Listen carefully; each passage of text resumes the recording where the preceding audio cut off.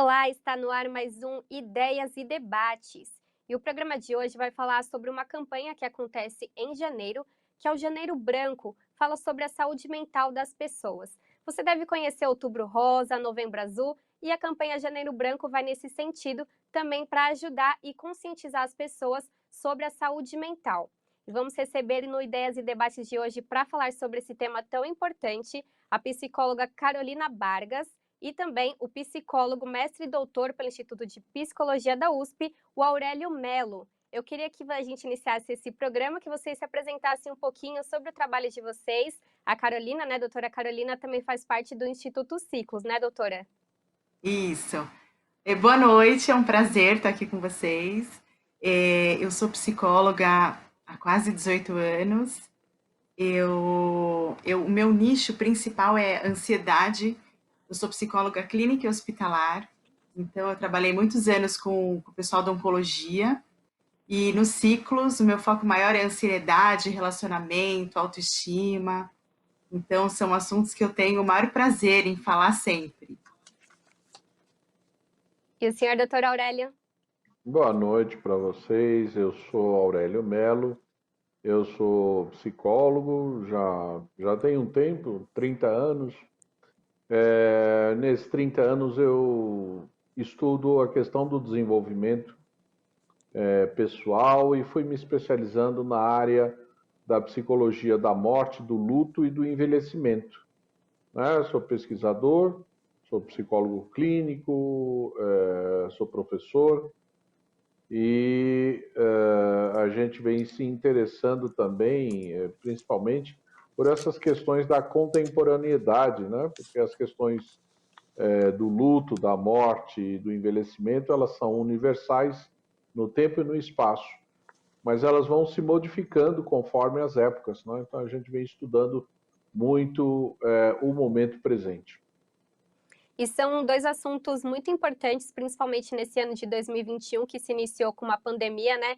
A questão aí da autoestima e, infelizmente, também do luto, que está presente aí caminhando com a gente, que caminhou com a gente durante o ano de 2020 e vai perpetuar aí durante 2021.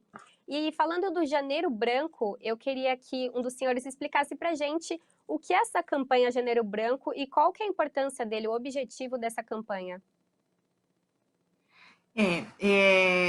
Na verdade, assim, quando a gente fala em campanha, vou dar meu parecer, depois o Aurélio, mestre, tá bom? Por favor, você complementa.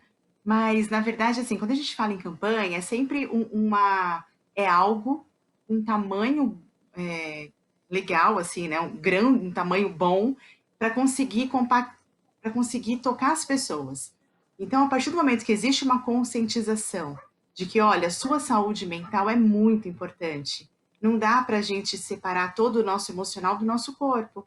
Então, assim, é importante você procurar ajuda se for preciso, é importante você dar atenção sim para isso. Né? A nossa cultura, infelizmente, não é. Isso daí devia ter uma psicoeducação desde criança, né? Desde a escola deveria ter o tamanho dessa importância da saúde mental.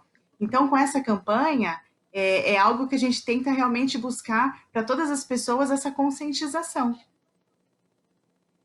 Perfeito. É, a ideia de uma campanha é justamente para, como falou a psicóloga Carolina, para que as pessoas se sensibilizem, né?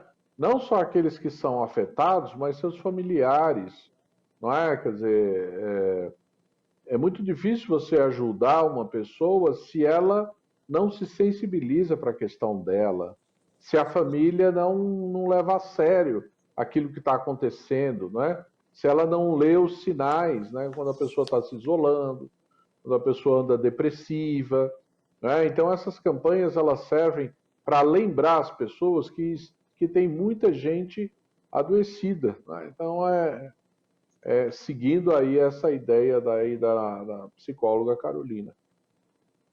E muito se fala, né, que as pessoas que sofrem desses transtornos mentais, ansiedade, depressão, elas têm uma dificuldade para reconhecer isso, né? Então eu queria que vocês destacassem qual que é o papel, principalmente da família, das pessoas que estão ao redor, em ajudar essa pessoa a identificar que está com algum problema, que vai precisar de ajuda, e se tem algum sintoma, algum sinal que seja comum, né? São tantas doenças, infelizmente, que afetam a nossa mente, mas se tiver algum sintoma que seja incomum, e como essas pessoas que estão ao nosso redor podem ajudar. Ah, fazendo um revezamento aqui agora, eu Isso. começando a falar, não é? Bom, o familiar, ele tem que prestar atenção na mudança de comportamento daquela pessoa que pode estar sofrendo, não é? De ansiedade, de depressão. Então, a primeira coisa que o familiar vai notar é uma mudança de comportamento. Às vezes essa mudança ela não é tão significativa. O parente, né, o seu familiar, o filho, a esposa, o cônjuge, já era uma pessoa depressiva, mas ele se encontra mais depressivo. Ele anda se isolando, ele anda apático, ele anda desanimado, sem força, sem motivação. Ó, então alguma coisa está acontecendo. Às vezes até pode se confundir com um episódio da vida dele, a perda do emprego, a separação amorosa, mas a gente tem que ficar atento a esses sinais de mudança de comportamento.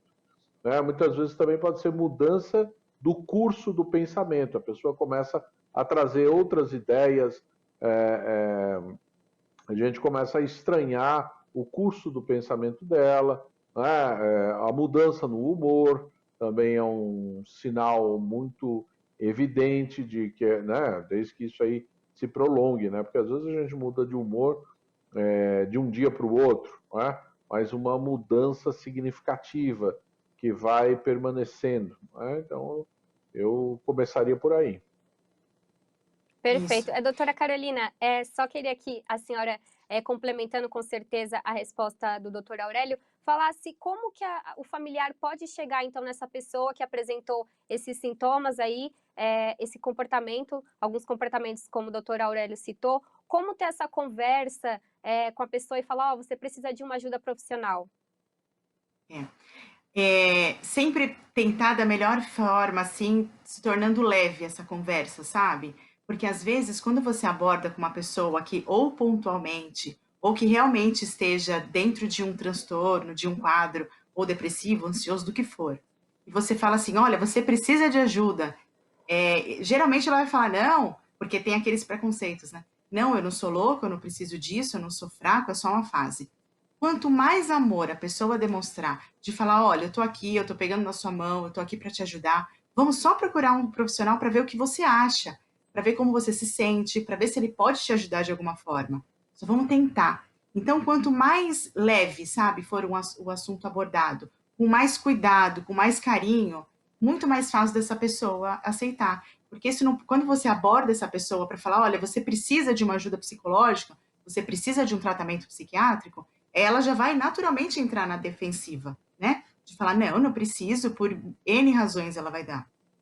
E quando você demonstra para ela que, olha, nós estamos juntos, vai dar tudo certo, vamos tentar, sempre com carinho, com compreensão, com uma fala leve, aí sim a pessoa, no caminho do amor, ela provavelmente vai conseguir e aceitar essa ajuda. Infelizmente, a depressão, a ansiedade, ela pode levar também a comportamentos suicidas, né? Essa tentativa. Como que a gente pode evitar chegar a esse ponto, né? Quando realmente a pessoa precisa de ajuda e ainda se nega a procurar, tem algum tipo de intervenção que possa ser feita? Porque, infelizmente, há muitos sinais, né? E pessoas que, infelizmente, chegam a fazer essa tentativa de suicídio. Quando a gente fala, por exemplo, em suicídio, né, a gente está falando muito da dor. Então, assim, é uma dor, ele não quer, geralmente, a gente acaba falando que ele não quer acabar com a vida, ele quer acabar com aquela dor. Quando ele consegue achar uma brechinha que for num profissional, em alguém da família que conseguiu levá-lo para essa forma, e ele entende que aquele profissional está compreendendo aquela dor, e que sim, juntos eles vão conseguir fazer isso, ou com tratamento, sempre, né, com tratamento psicoterápico, muitas vezes com tratamento psicofarmacológico, o pessoal da psiquiatria, eu acho que é mais ou menos por esse caminho. É tentar, com certeza, sempre conduzi-lo para essa ajuda. Porque é muito difícil a gente sair de uma dor sozinho, sem uma ajuda psicológica, sem uma ajuda de um profissional. O senhor quer Eu complementar? queria, Eu gostaria de complementar também dizendo que o isolamento é uma das coisas mais perigosas para o indivíduo com ideação suicida, o indivíduo com a tendência depressiva, não é? O indivíduo sem um mínimo de autoestima. E muitas vezes a família ela confunde a questão da liberdade, a questão do cuidado, com uma falta, né, de atenção, uma falta de preocupação. Né? Então, muitas vezes, na verdade, a gente deve agir e deve agir de forma firme. Né? Eu estou vendo aí que os pais na atualidade eles estão muito melindrados, não é? Muito receio, muito, né? Quer dizer, ao mesmo tempo que eles têm uma responsabilidade grande, principalmente sobre os filhos crianças, os filhos adolescentes, eu vejo que eles muitas vezes não se sentem no direito legítimo de exercer a sua autoridade e intervir e agir firmemente, e a pessoa precisa de ajuda, não é? Então, muitas vezes assim, a demonstração de amor, de carinho, não é só você fazer o que a pessoa gosta. Às vezes, a demonstração de amor, ou o amor, é você fazer uma coisa que ela não gosta, mas que é bom para ela, que é importante para ela. Né? Então, evite que né, a pessoa não pode ficar isolada, porque ela vai se sentindo sozinha, né? Então, uma das coisas mais difíceis para o indivíduo depressivo, o indivíduo com ideação suicida, é ele se sentir sozinho, ele sentir que não tem ajuda, ele ser negligenciado. Eu diria que isso é quase que a última esperança que você tira dele. Quer dizer, eu estou péssimo aqui e eu olho para os lados e ninguém. As pessoas estão cansadas de mim, eu estou dando muito trabalho. Muitas vezes na mente da pessoa com a tendência suicida e também nas formas mais graves de depressão, o indivíduo ele se sente um problema para os outros. Olha só, ele se sente um problema para os outros, muito maior do que de fato é. Né? Ele quer se livrar, como a doutora aí Carolina, né, a minha colega, disse, ele quer acabar com aquela dor, não propriamente da vida dele. E ele também se vê como um problema para os outros. Né? Então, por isso que ele não pode cair em isolamento. Né? Por isso que ele precisa ter ajuda, sofrer essa intervenção que pode se dar de diferentes maneiras. Né?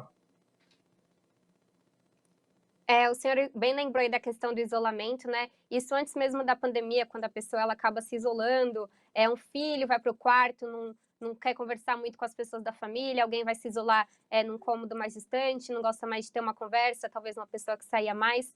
E hoje a gente vive essa pandemia aí que fez um isolamento forçado entre as pessoas, e uma pesquisa do Ministério da Saúde revelou que a ansiedade é o transtorno mais presente durante a pandemia, né, com 86,5%, e também o transtorno pós-traumático com 45,5%. Então, vou pedir para a doutora Carolina falar um pouco dessa questão da ansiedade, né, e o doutor sobre a questão do estresse pós-traumático.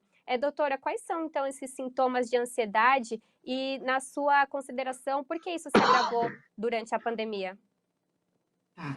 Na verdade, assim, a ansiedade, as pessoas confundem muito, né? Não é, por exemplo, quando você vai ter um evento ou uma festa que dá aquela ansiedade natural e aí a pessoa, pronto, já tô Aquele friozinho ansiosa. na barriga, né? Exatamente. Isso é ótimo, isso é perfeito, não é isso. Mas é uma preocupação constante, né? A gente costuma dizer que a ansiedade, a pessoa não tem o poder nem de prever algo, nem de ter o domínio daquilo, sabe? Ela não consegue controlar aquilo. Então, são coisas que ela fica no e se, e se. Então, a mente dela já está cheia de coisas, cheia de fantasia, de fantasias, de falsas crenças, que, na verdade, ela não tem... ela fica naquele pensamento automático. E aí, o que acontece? É um looping, né? A pessoa, ela pensa, vem um pensamento automático, que faz com que ela sinta aquele sentimento, muitas vezes essa parte fisiológica, porque dá, né? Na ansiedade você tem isso, você tem taquicardia, você tem tremores, e aí, consequência disso, você tem o seu comportamento. Então, é que eu quero me isolar, eu não quero saber, eu estou muito tensa, agora está faltando meu ar. Então, a partir do momento que você consegue realmente lidar com isso, aprender a lidar com essa situação, de quem domina a sua mente é você, sabe? Com treino, com exercício, com acompanhamento, isso fica muito mais fácil, né? Ela vai perdendo a força, como se fosse perdendo a força. E na pandemia isso foi absurdo, porque a gente não consegue prever o que vai acontecer. Existe uma vulnerabilidade muito grande. Você não sabe como se pega, se eu pegar o que vai acontecer, eu vou para um respirador, o que eu faço, né? Se eu pego, eu posso transmitir para alguém que eu amo. Então é um campo imenso para dar margem realmente para as pessoas que não tinham ansiedade de desenvolver, para as pessoas que já tinham esse transtorno aumentar muito mais. Então, é um campo, assim, imenso e super fortalecido para isso. Então, se eu pudesse dar uma dica, realmente, se tiver, sabe, algum descontrole, você está sentindo esses sintomas, se você está vendo que não está dando para segurar as suas reações, os seus pensamentos sozinhos, procura uma ajuda, sabe? É pontual, é um tempo. As pessoas geralmente têm medo de procurar o tratamento porque acham que vai ficar lá 10 anos em terapia, né? Ou na psiquiatria, porque tem medo de ficar sempre com remédio. E a gente não pode pensar assim. A gente tem que pensar que precisa ser feito, o que tem que ser feito, mas assim, é para curar, é para o bem, né? Não vamos falar numa cura, mas assim, é num controle dessa ansiedade, é mais ou menos nesse sentido, e por isso que a pandemia, né, deu um boom nisso tudo. Doutor Aurélio, sobre o estresse pós-traumático, isso tem muito a ver também com as perdas familiares, outras questões que podem ter sido agravadas durante a pandemia? Olha, eu diria que a pandemia, né? O que eu estou chamando de pandemia? Toda a nossa mudança de vida em função da ameaça de infecção, né? Então, toda a nossa mudança de vida social. Então, eu acho que essa mudança, ela foi, por si só, um evento traumático, tá? É um evento estressante. Então, quando você me pergunta do estresse pós-traumático, eu estava pensando aqui, a gente não passou ainda do evento, a gente está vivendo o estresse, porque ele está se prolongando, e a gente ainda não saiu desse evento, né? É diferente assim de você ter um acontecimento num final de semana e na segunda-feira você se encontrar estressado, né? E aí você poder dizer que esse estresse foi pós-traumático, foi após o trauma. O que nós estamos vivendo é um estresse e ainda dentro do evento traumático, não é? Porque, veja, é claro que há muitas vezes exageros, pessoas que acreditam que saindo de casa, que tentando viver uma vida normal, elas vão resolver o problema. Não resolve, né? Não resolve. Essa forma da gente viver isolado, confinado, restrito, isso por si só tem causado estresse da gente. Isso se estendeu, né? Vocês devem lembrar que no início se falava em 2 semanas de isolamento, de confinamento, depois era 1 mês, depois era 2, 3, e agora a gente já não sabe mais até quando vai. Então as pessoas se isolaram, se confinaram, cansaram disso, começaram a sair, relaxaram nas medidas, tudo isso é muito estressante. Tá? Agora, o estresse, até certo ponto, ele é saudável, ele pode movimentar a vida. No entanto, quando ele se estende, como é esse caso da pandemia, ele se torna extremamente traumático, ele se torna extremamente maléfico. Não é? Então a gente precisa encontrar formas de cuidar de si enquanto a gente se previne. Não é fácil. As 2 coisas ao mesmo tempo.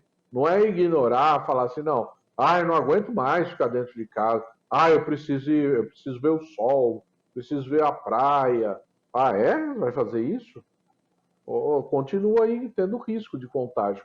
Eu preciso encontrar formas criativas de me manter seguro e cuidar da minha saúde, inclusive da minha saúde mental. Saúde mental é um termo assim, um pouco, cuidar do meu mental, vamos dizer assim, né?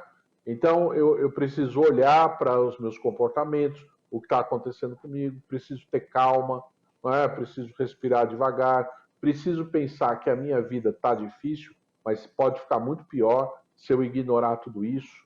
Tá? Então, algumas pessoas aqui no atendimento psicológico, eu não aguento mais isso, eu não sei o que eu faço com isso. Sim, tá difícil, mas a outra opção é bem pior. Tá? Então, não é assim, eu preciso me dar uma coisa boa porque eu estou vivendo uma coisa ruim. Não, você precisa suportar o que está acontecendo, porque senão pode ser bem pior.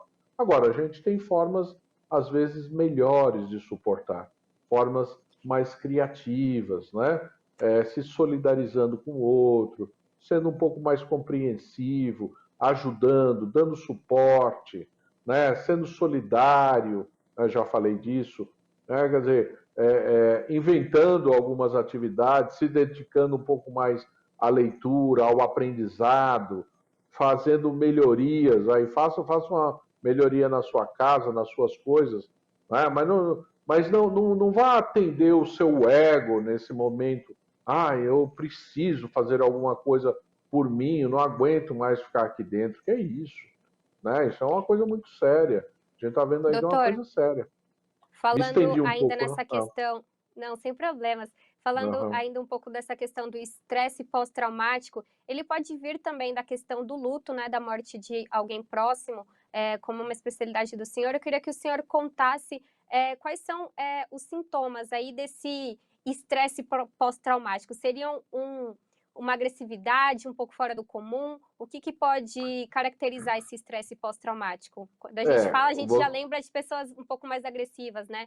Você lembrou bem.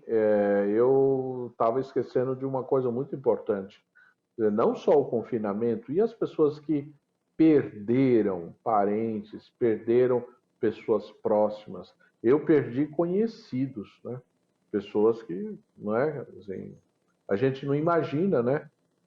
Então, eu vi, né? Quer dizer, situações terríveis. Fiquei sabendo de outras, né? Então, se eu for lembrar aí, já um bocado de gente que morreu. Então, as pessoas próximas ficaram muito deprimidas, muito aterrorizadas. Vejam, as pessoas que não negam, até que ponto a negação não é uma forma de não sofrer o terror, mas também uma forma que tem seu preço. Né? Então, as pessoas estão muito aterrorizadas, estão muito atemorizadas, elas estão sofrendo com o temor.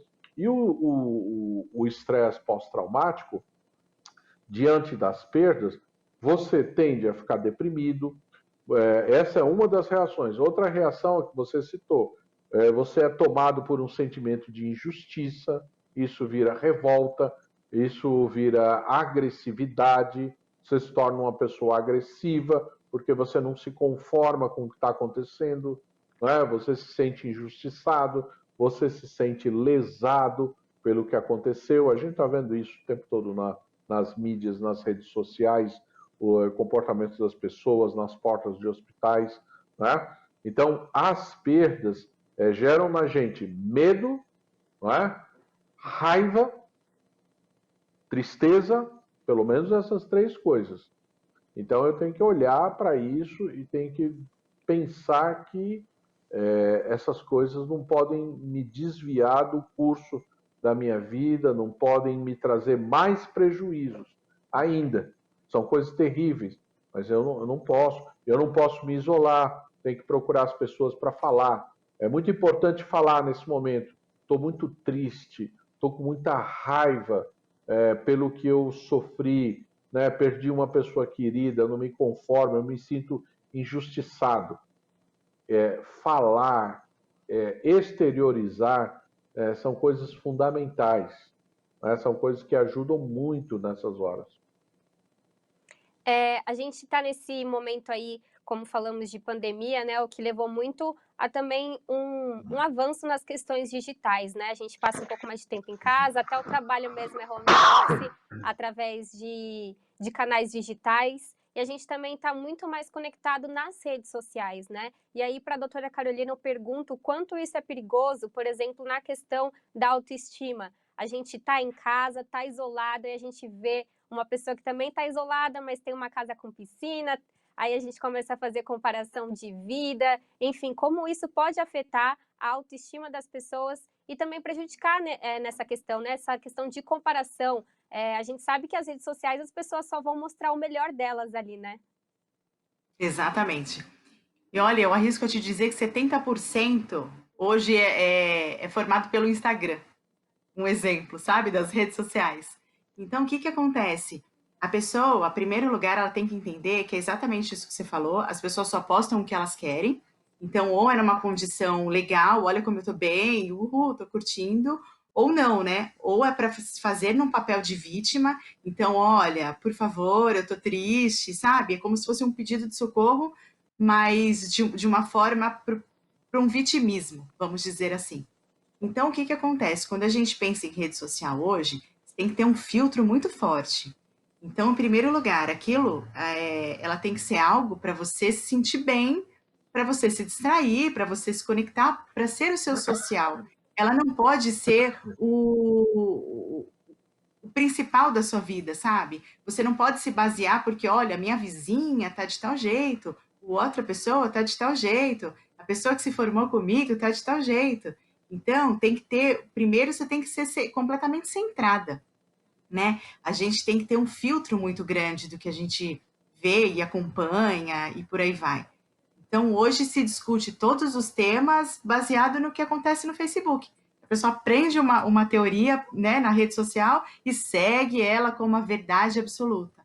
Então, já não existe muita sensibilidade, sabe? Deixa eu ver se é verdade isso, ou então isso importa para mim, eu vou levantar essa bandeira.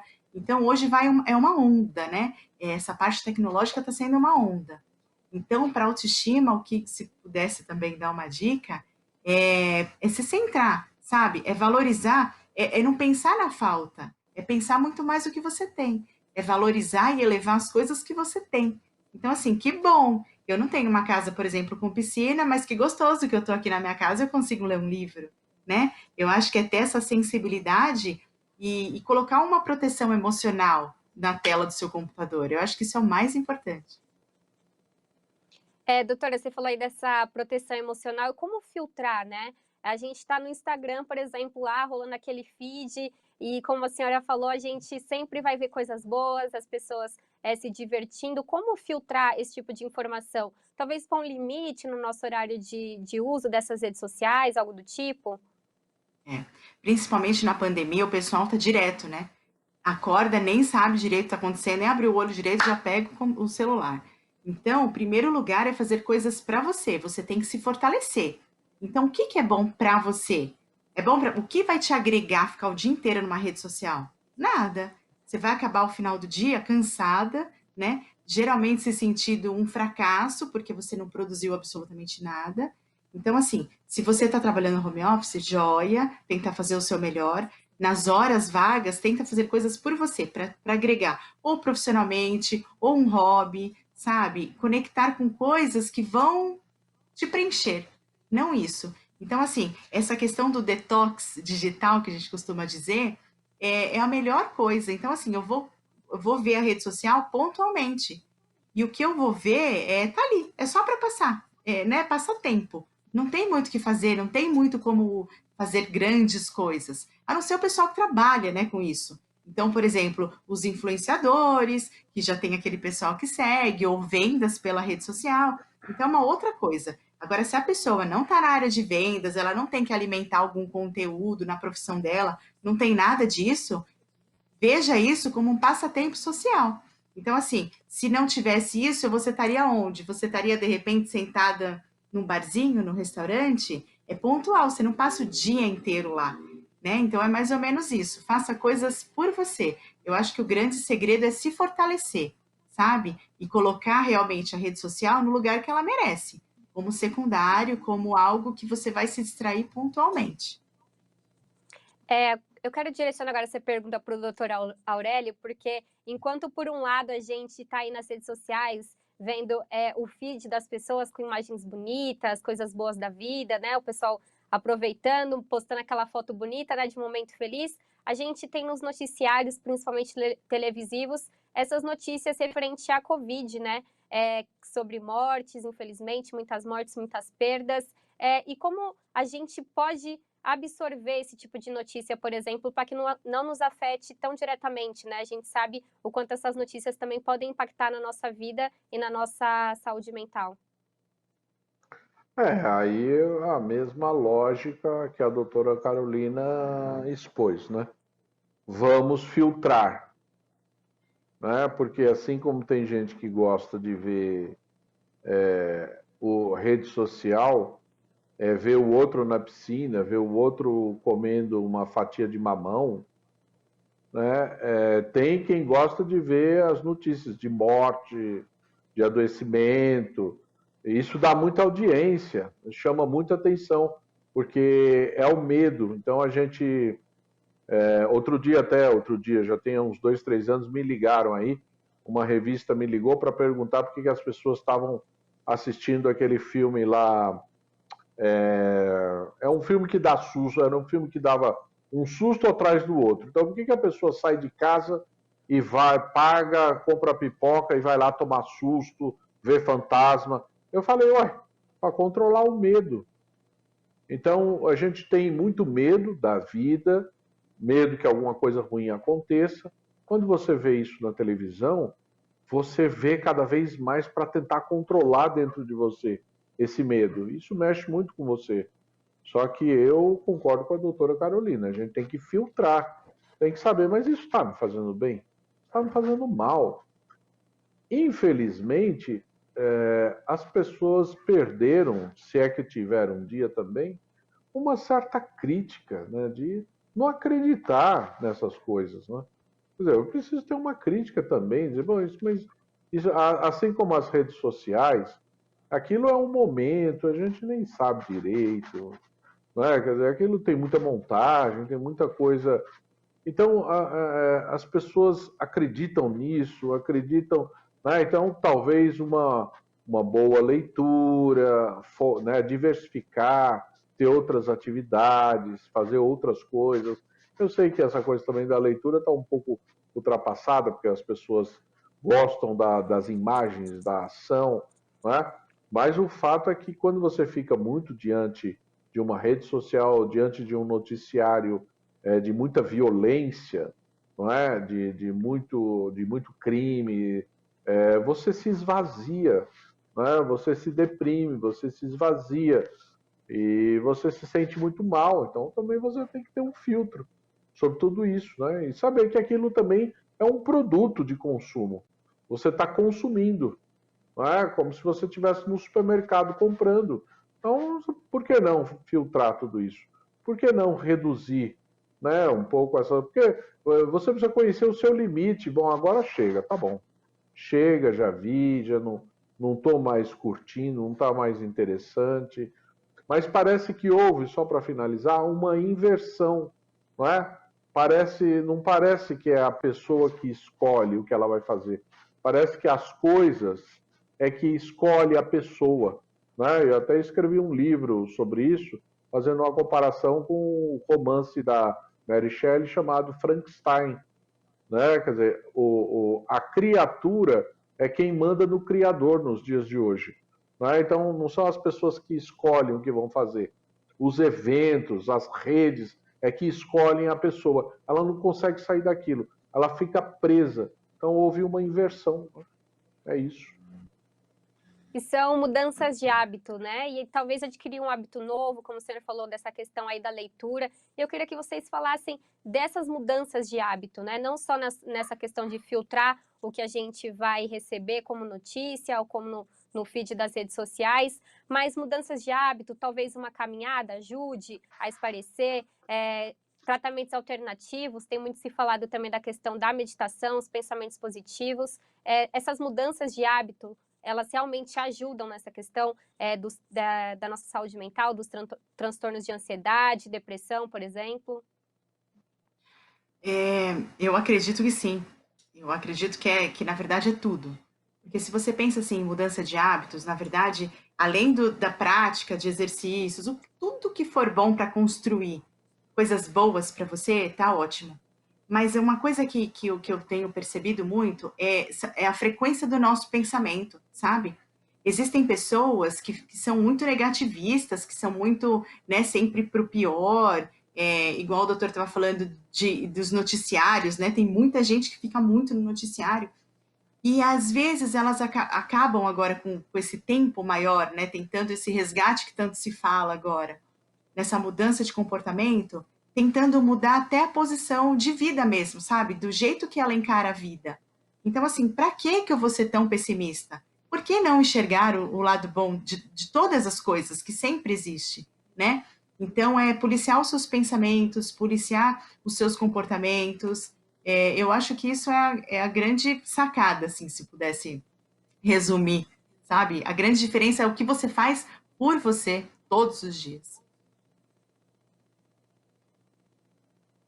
E doutor, É, nessa questão aí, o que o senhor acredita nesses tratamentos, nessas mudanças de hábito, a meditação, por exemplo, né, que muito vem se falando também, que ajuda nessa questão da respiração, acalmar a mente por um instante?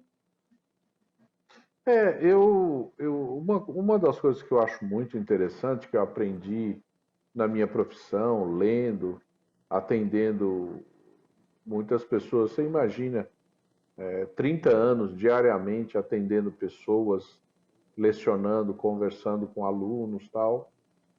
Quantas pessoas, histórias eu não ouvi, né? E uma das coisas mais interessantes que eu acho é que coisas simples e muito antigas na história da humanidade funcionam. A meditação é uma coisa super antiga, né? Uma coisa que, né, que se fazia muito no Oriente, né? Alguns hábitos, né? Quer dizer, você caminhar, né? Essas coisas antigas e simples, elas funcionam.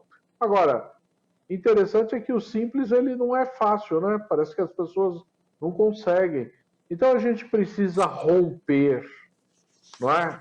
Não está dando certo para você, você precisa romper, não é?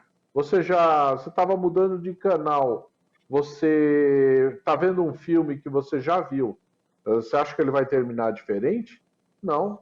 Então a sua vida é a mesma coisa. Se você fizer as mesmas coisas, a sua vida vai terminar do mesmo jeito, todo dia. Então, se eu não estou satisfeito, eu preciso romper com isso. Se não está bom para mim, eu preciso romper. Então, eu diria que mais do que mudar, né, é romper com tudo isso, porque talvez até o movimento tenha que ser brusco. É difícil a gente sair dessa mecânica do dia a dia, de tudo isso que nos determina, de uma maneira suave. Eu acho difícil, viu? Acho que você tem que ter um momento ali de ruptura e dizer, pô, a partir desse momento aqui eu não quero mais algumas coisas para mim, não é? E também aí eu lembro de um filósofo, Epicuro, que diz que para aquela pessoa que o pouco não é suficiente, nada basta. Ela nunca está satisfeita. Então eu diria que todos nós somos grandes consumidores hoje, consumidores de tudo. Então também não adianta você querer mudar, dizer assim, eu vou fazer meditação, mas aí eu vou comprar uma revista de meditação, vou fazer um curso, vou assistir lá no YouTube, tudo que tem de meditação. Daqui a pouco você só trocou 6 por meia dúzia.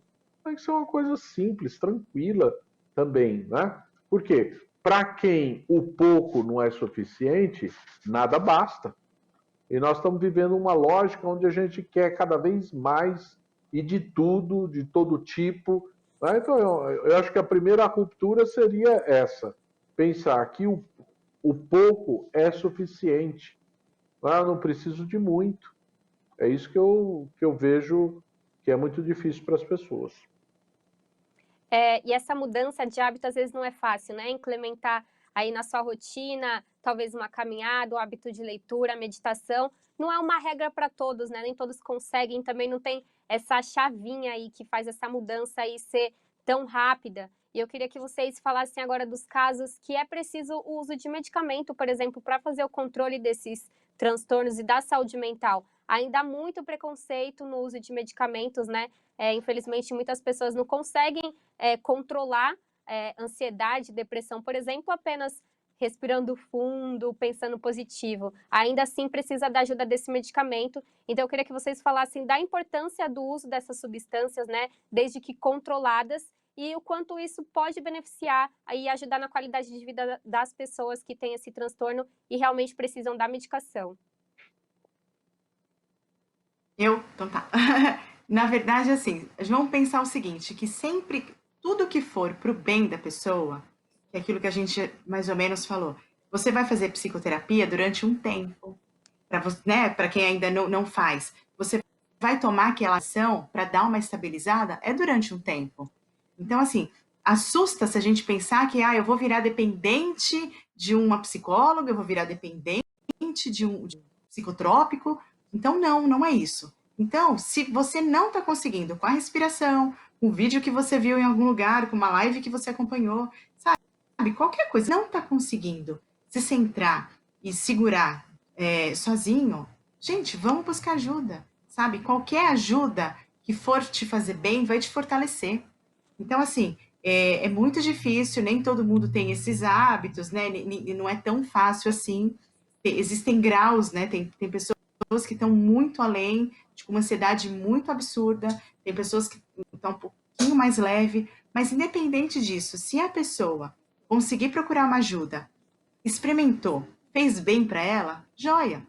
Ela sempre vai pensar que é durante um tempo. Isso não vai se tornar rotina da vida dela, sabe? Ela não vai estar 20 anos com isso.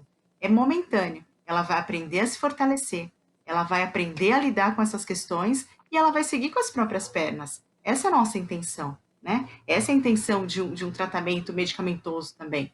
Então, tudo que for preciso ser feito para aquele momento, para aquela pessoa se fortalecer e ficar numa boa e ter força para seguir com uma qualidade de vida, é extremamente válido.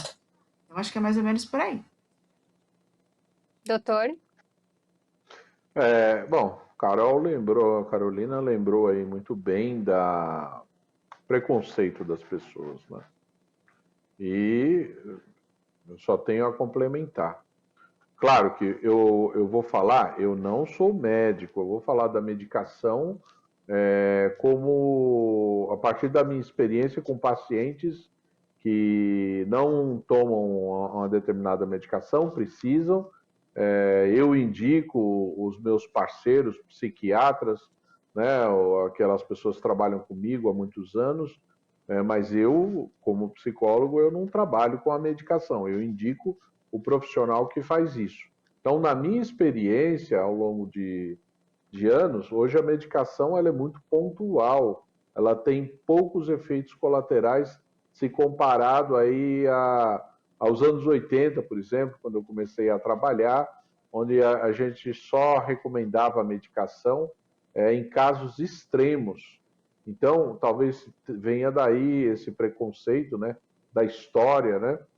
E as pessoas precisam procurar ajuda do profissional. Se ela sozinha não está conseguindo, o que ela tem que fazer? Ela tem que procurar um médico, ela tem que procurar um psicólogo, dependendo da dificuldade dela.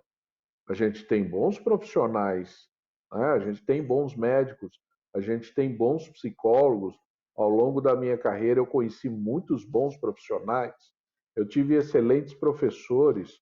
Então, essa coisa da pessoa sozinha querer se dar conta, não, no primeiro momento tudo bem, ela tem que tentar sozinha mesmo, mas ela não consegue, então ela precisa procurar uma ajuda, não é isso? Né? Ela precisa ir além do Dr. Google, né? Dr. Google, pelo amor de Deus. Então ela tem que procurar os profissionais aí, né? Procurar uma psicóloga aí como a doutora Carolina aí, que vai estar em boas mãos, né? vai estar segura, bem orientada, a pessoa experiente, e aí a pessoa vai poder te ajudar.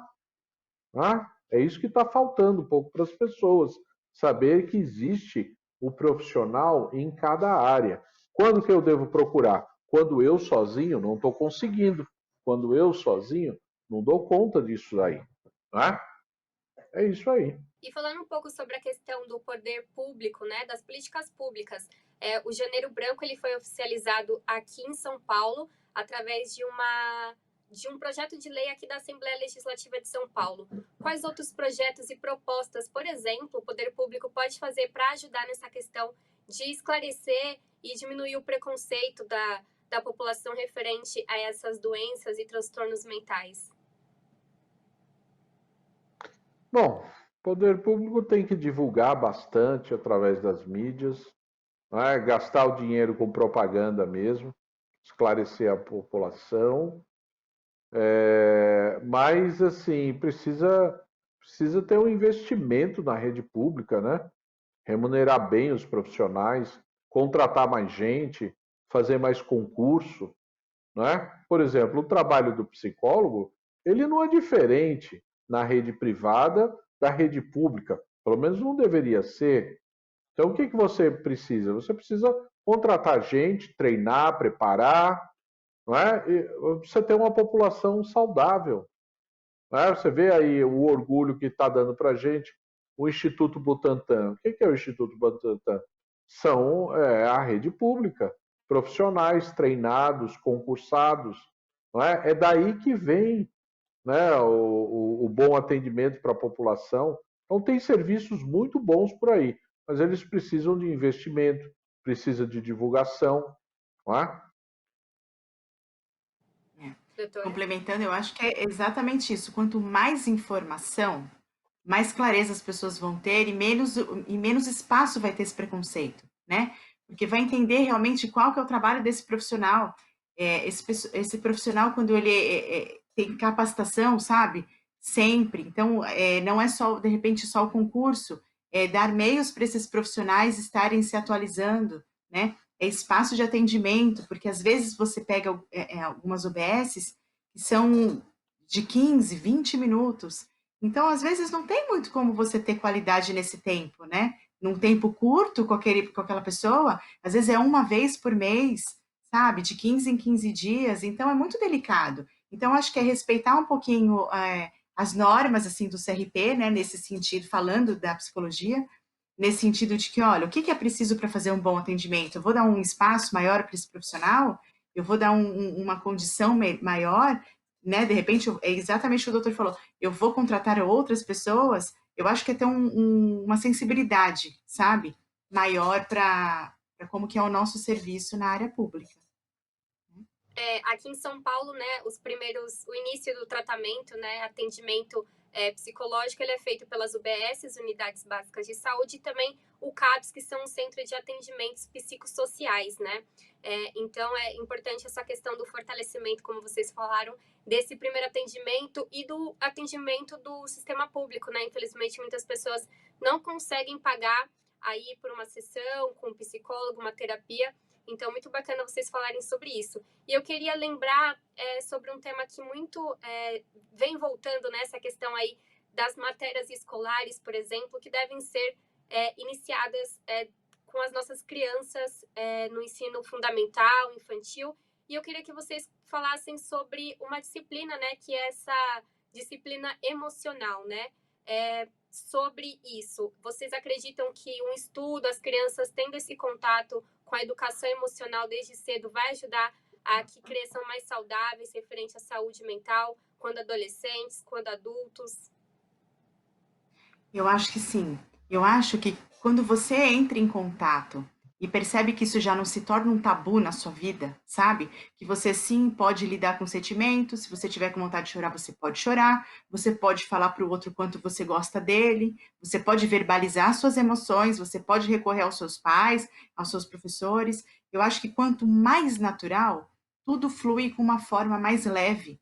Então, as crianças terem a oportunidade, desde pequenininhas, de entender que o quanto é preciso ter o respeito pelo meu coleguinha de sala, sabe? O quanto somos todos iguais, todas essas questões. O quanto falar do meu sentimento, eu me sinto melhor, isso fortalece essa pessoa, né, esse indivíduo, desde pequenininho. Então, quando ele chega numa adolescência, ele já vê, ele vai perdendo, até o bullying vai perdendo força, a gente pode falar assim, sabe?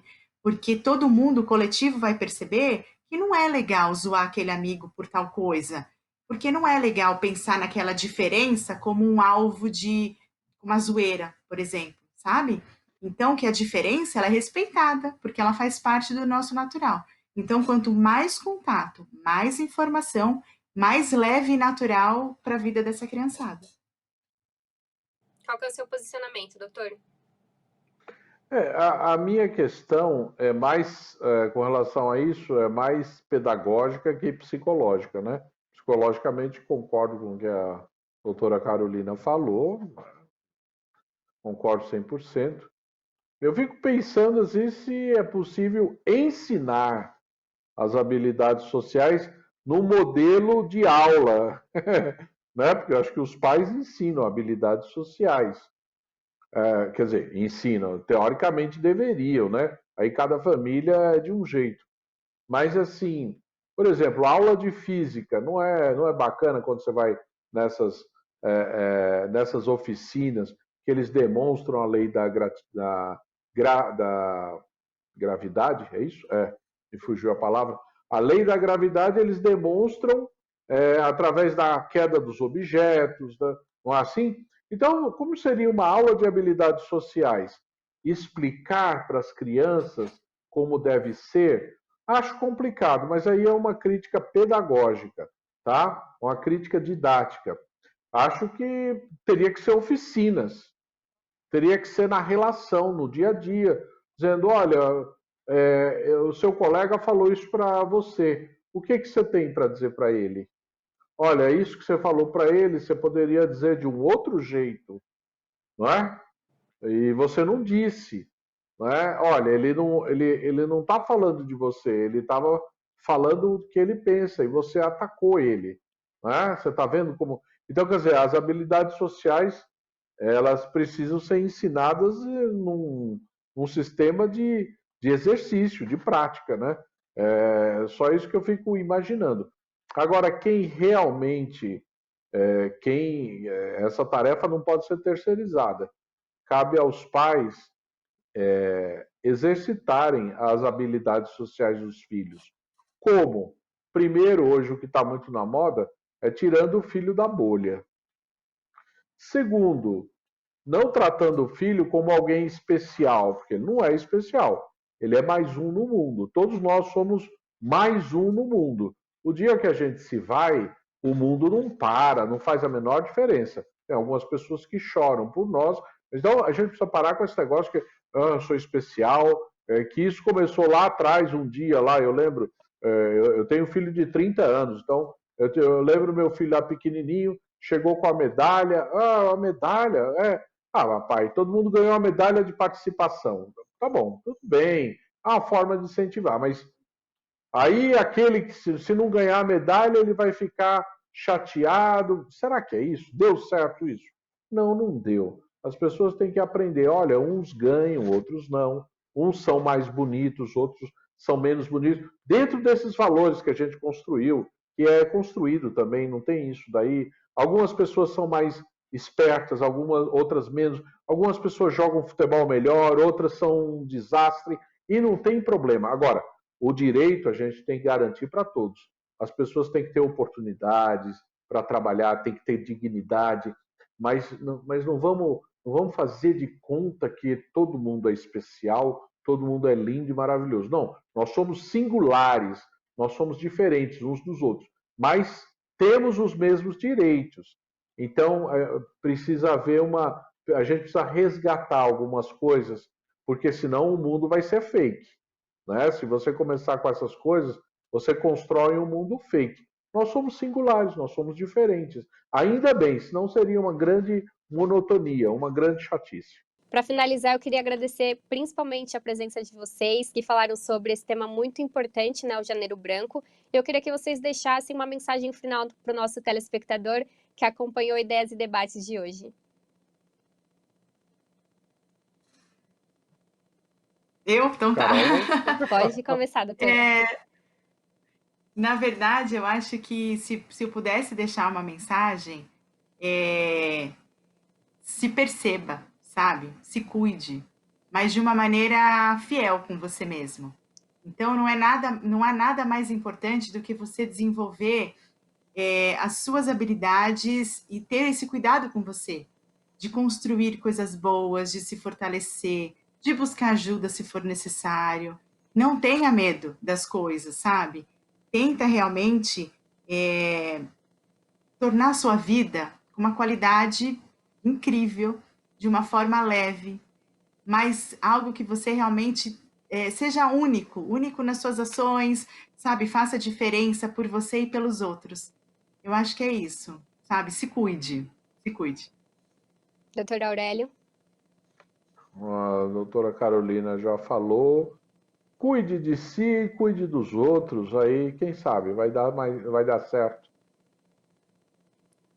Com certeza. Agradeço mais uma vez a participação da doutora Carolina Braga, do Aurélio Mello, eles que são psicólogos e falaram um pouquinho com a gente sobre a questão do Janeiro Branco, uma campanha tão importante de conscientização e ajuda aí da saúde mental. Se você quiser rever este Ideias e Debates de hoje ou qualquer outro programa da Rede Alesp, é só ficar ligado na nossa programação ou acessar o nosso canal no YouTube. Até a próxima!